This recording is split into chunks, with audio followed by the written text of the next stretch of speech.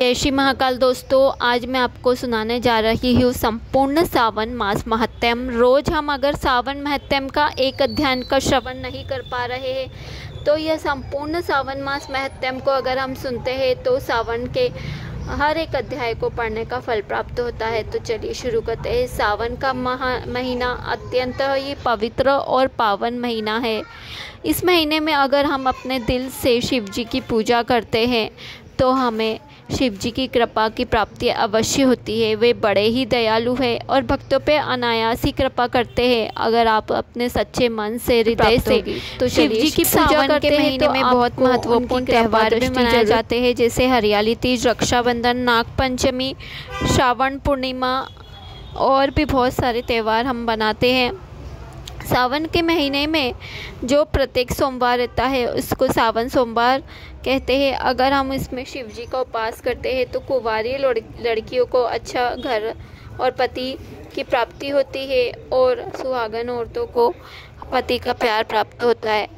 तो सावन माह की पौराणिक कथा शुरू करते हैं। उन्हें सावन का महीना प्रिय होने का कारण शिव से उन्हें तो भगवान भोलेनाथ ने बताया कि देवी सती ने अपने पिता दक्ष के घर में योग शक्ति से जब शरीर त्याग किया था तो उससे पहले देवी सती ने महादेव को ही हर जन्म में अपने पति के रूप में पाने का प्रण किया था। अपने दूसरे जन्म में देवी सती ने पार्वती के रूप में जन्म लिया। वो हिमाचल और रानी मैना के घर में पुत्री के रूप में जन्म लेकर सावन के महीने में उन्होंने निराहार कठोर व्रत किया। उस व्रत से प्रसन्न होकर भगवान शिव ने उनके साथ विवाह किया, इसलिए ये सावन का महीना इतना महत्वपूर्ण है।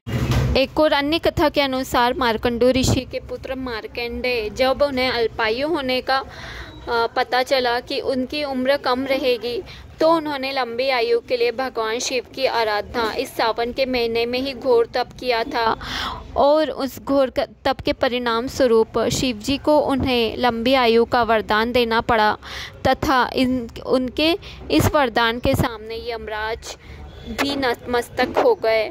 इसलिए यह सावन का महीना बहुत महत्वपूर्ण होता है।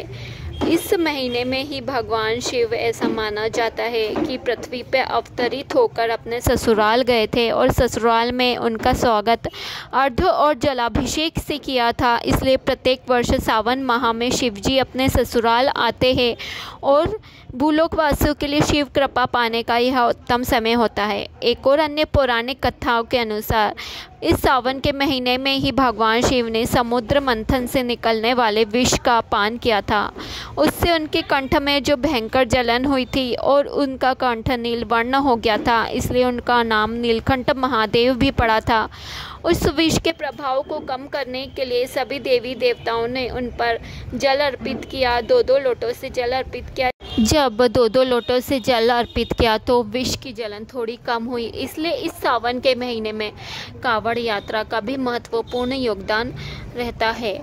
एक और अन्य कथाओं के अनुसार जब भगवान विष्णु इन्हीं महीनों से सावन के महीने से ही जब योग निद्रा में जाते हैं तो सृष्टि का पूरा भार शिव जी के हाथों में आता है।